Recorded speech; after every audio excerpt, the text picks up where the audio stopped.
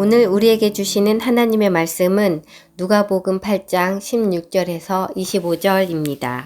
누구든지 등불을 켜서 그릇으로 덮거나 평상 아래에 두지 아니하고 등경 위에 두나니 이는 들어가는 자들로 그 빛을 보게 하려 함이라.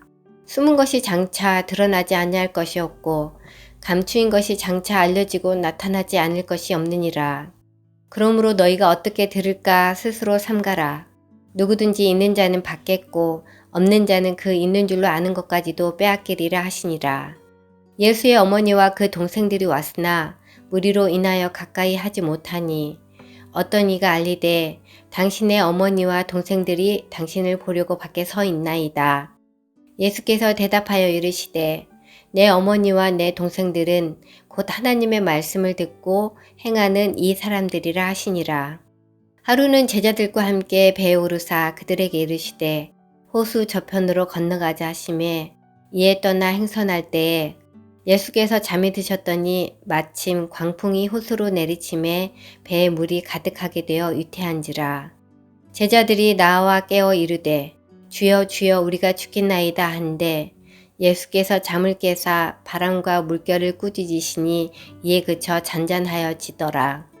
제자들에게 이르시되 너희 믿음이 어디 있느냐 하시니 그들이 두려워하고 놀랍게 여겨 서로 말하되 그가 누구이기에 바람과 물을 명함에 순종하는가 하더라. 아멘. 오늘 본문에는 한 가지 가르침과 두 가지 사건이 나옵니다. 예수님은 씨 뿌리는 비유를 하신 뒤에 이 세 가지 이야기를 하시는데요. 씨 뿌리는 비유는 이렇게 끝이 납니다. 15절입니다. 좋은 땅에 있다는 것은 착하고 좋은 마음으로 말씀을 듣고 지키어 인내로 결실하는 자니라. 말씀이 좋은 땅에 떨어졌다는 것은 인내로 결실하는 사람들이다 라고 말합니다.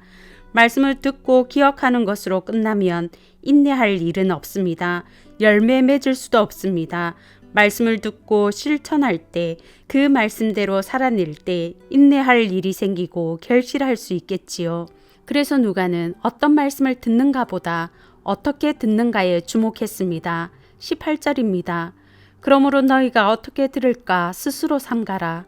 조심하여 들어라 라고 말합니다. 주의 깊게 들으라 라고 말씀하십니다. 예수님은 우리가 주의 깊게 듣고 인내로 결실하기를 원하시는데요. 지금 무리들과 제자들은 모두 예수님의 말씀을 듣고 있었습니다. 말씀을 들은 사람은 모두 등불을 가진 사람들인데요. 등불은 기름을 가득 넣은 토기병에 담긴 불 켜진 심지를 가리킵니다. 불 켜진 등불을 가진 사람들의 사명은 어두운 곳을 비추어서 모든 사람들이 보게 하는 것이겠지요. 그러면 말씀을 들은 사람들의 사명은 무엇일까요? 요한복음 8장 12절입니다. 예수께서 다시 그들에게 말씀하셨다. 나는 세상의 빛이다. 나를 따르는 사람은 어둠 속에 다니지 아니하고 생명의 빛을 얻을 것이다.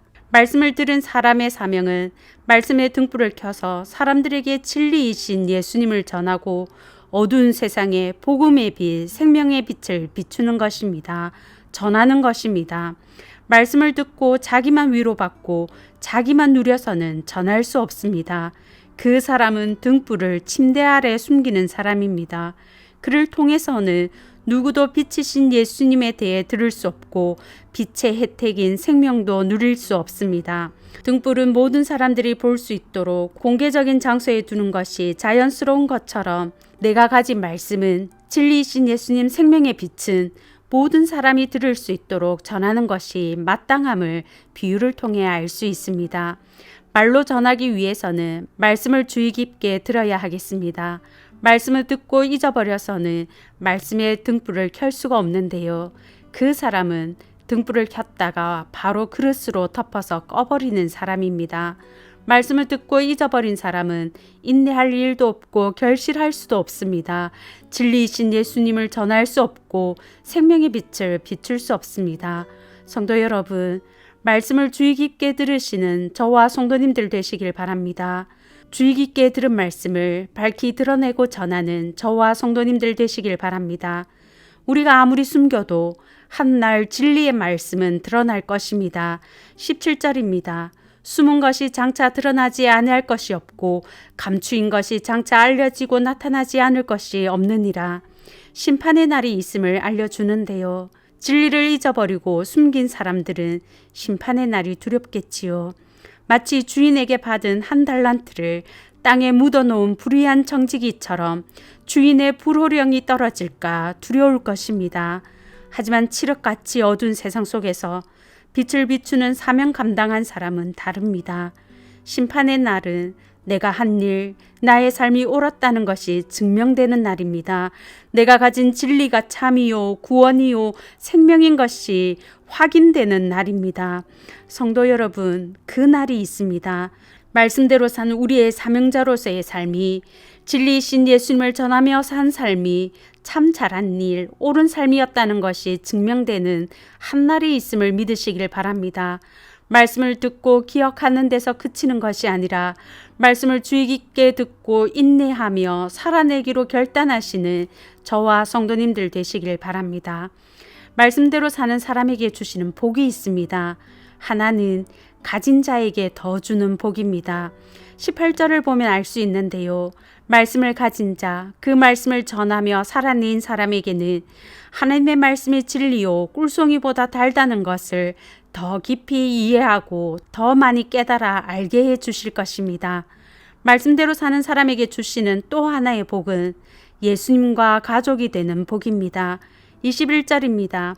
예수께서 대답하여 이르시되 내 어머니와 내 동생들은 곧 하나님의 말씀을 듣고 행하는 이 사람들이라 하시니라. 예수님의 말씀에 순종하는 사람들에게 하나님의 가족이 되는 선물을 주셨습니다. 어머니와 동생들이 찾아왔을 때 하신 말씀인데요. 그들이 찾아온 이유는 나오지 않지만 마가복음 3장을 보면 유추할 수 있습니다. 마가복음 3장 21절 새번역입니다. 예수의 가족들이 예수가 미쳤다는 소문을 듣고서 그를 붙잡으러 나섰다. 어머니 마리아가 예수님을 미쳤다고 생각했을 것 같지는 않습니다. 아들을 향한 모정으로 찾아왔을 수 있습니다. 동생들은 아닐 것 같습니다. 요한복음 7장 5절을 보면 그들은 예수님을 믿지 않았습니다. 그를 따르지도 않았습니다. 그들은 예수님을 끌어가려고 왔을 것입니다. 모정이든 끌어가기 위함이든 그들의 찾아옴은 예수님의 사역을 돕기보다는 중단시키는 일이었습니다. 마치 예수님께서 죽임을 당하고 제3일에 살아나야 할 것을 밝히기 시작했을 때 베드로가 한 일과 같습니다. 주여 그리 마옵소서, 이 일이 결코 죽게 미치지 아니하리이다. 베드로의 말에 예수님이 말씀하십니다. 마태복음 16장 23절입니다. 예수께서 돌이키시며 베드로에게 이르시되 사탄아 내 뒤로 물러가라. 너는 나를 넘어지게 하는 자로다. 내가 하나님의 일을 생각하지 아니하고 도리어 사람의 일을 생각하는도다. 베드로의 말은 예수님을 위하는 말 같지만 예수님을 넘어지게 하는 일이었습니다. 하나님의 일이 아니라 사단의 일을 돕는 것이었습니다. 어머니와 동생들이 찾아온 것도 이와 같습니다. 예수님의 메시아 사역을 방해하는 것이었습니다. 예수님은 혈육의 가족들로 인해 발생한 위기를 사용해 가르침을 주셨습니다.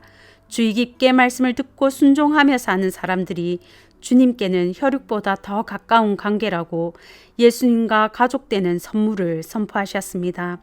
성도 여러분, 말씀을 듣는 것으로는 예수님과 가족이 될 수 없습니다. 지식으로는 충분하지 않습니다. 예수님 당시 종교 지도자들도 말씀을 들었습니다. 지식으로는 따라갈 자가 없었습니다. 하지만 그들은 주님께 가족이란 호칭을 듣지 못했습니다. 누가의 관심은 어떤 말씀을 듣느냐가 아니라 어떻게 듣는가에 있다고 말씀드렸지요. 아무리 좋은 말씀을 들어도 순종하지 않으면 소용이 없습니다. 하나님의 말씀은 듣고 기억하기 위한 것이 아니라 듣고 순종하기 위한 말씀입니다. 성도 여러분, 순종이 필요합니다. 하나님의 가족, 예수님과 가족이 되는 선물을 받은 성도답게 올 한 해는 말씀을 주의 깊게 듣고 지키려고 애쓰며 순종하는 성도님들 되시길 바랍니다. 심판의 날이 우리의 순종의 삶이 옳다 인정받는 날, 감격의 날, 영광의 날이 될 것을 믿음으로 영광스럽게 순종하시는 저와 성도님들 되시길 바랍니다. 마지막으로 22절에서 25절 말씀을 살펴보겠습니다. 지금까지 예수님은 말씀으로 자신을 계시하셨는데요. 이 본문을 기점으로 예수님은 자신이 신적 권위와 초자연적 능력을 가진 분임을 계시하셨습니다. 바람과 물결을 꾸짖어 잔잔케 하심으로 그가 누구이기에? 라는 질문과 거룩한 두려움을 갖게 하시는데요. 예수님은 왜 풍랑이 있는데도 물결이 들이닥치는데도 계속 주무셨을까요? 풍랑이 일 것을 아셨는데 왜 안 일어나시는 걸까요? 그만큼 예수님이 기진하고 피곤했다는 것을 알 수 있습니다. 그리고 무엇보다 주님은 아시기 때문입니다. 주님이 계신 배는 파선할 일도 뒤집힐 일도 없다는 것을 주님은 아십니다. 주님이 주무신다고 그분의 능력이 잠을 자는 것은 아닙니다. 생명의 주인이 배에 타고 있는데 죽음의 바다가 감히 삼키지 못할 것을 주님은 아셨습니다. 예수님이 제자들에게 기대하신 것은 무엇일까요? 지금까지 병자를 고치시고 귀신을 쫓아내시고 죄를 사하시는 주님과 함께했던 제자들입니다. 아무리 무서운 광풍을 만나도 주님이 누구신지 바라보고 믿기를 바라셨습니다.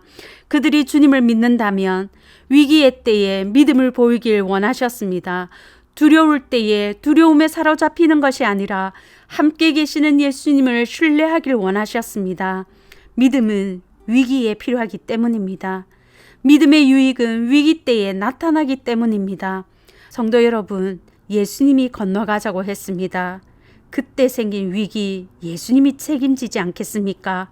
광풍이 분다고 예수님이 도망가실 리 없습니다. 우리를 위기에 버려두고 떠나실 리 없습니다. 위기는 주님의 능력을 경험할 기회인 것을 알고 주님을 바라보면 좋겠습니다. 위기가 크면 클수록 주님이 크게 역사하실 것입니다. 마른 뼈가 사방에 심이 많았을 때 큰 군대가 되었던 것을 기억하시기 바랍니다. 광풍은 우연히 불지 않았습니다. 예수님은 계획이 있었던 것입니다. 시편 37편 23절 24절입니다. 여호와께서 사람의 걸음을 정하시고 그의 길을 기뻐하시나니 그는 넘어지나 아주 엎드러지지 아니함은 여호와께서 그의 손으로 붙드심이로다. 성도 여러분, 주님이 우리를 위해 정하신 걸음은 정확하게 한치 오차도 없이 주님의 계획 속에서 일어날 것입니다. 절대로 우리를 아주 엎드러지게 내버려 두지 않을 것입니다. 주님을 믿고 끝까지 신뢰하시는 성도님들 되시길 바랍니다. 주님의 능력의 손으로 붙잡아 주시고 평강하고 평강하도록 지켜주실 것입니다. 이제 들은 말씀과 한국교회를 위해 기도하겠습니다. 첫째, 말씀을 주의 깊게 듣고 순종하며 말씀 전하는 사명을 감당하게 하소서. 둘째, 개인과 나라와 세계의 위기 앞에서 하나님의 계획을 믿고 기도의 사명 감당하는 한국교회 되게 하소서.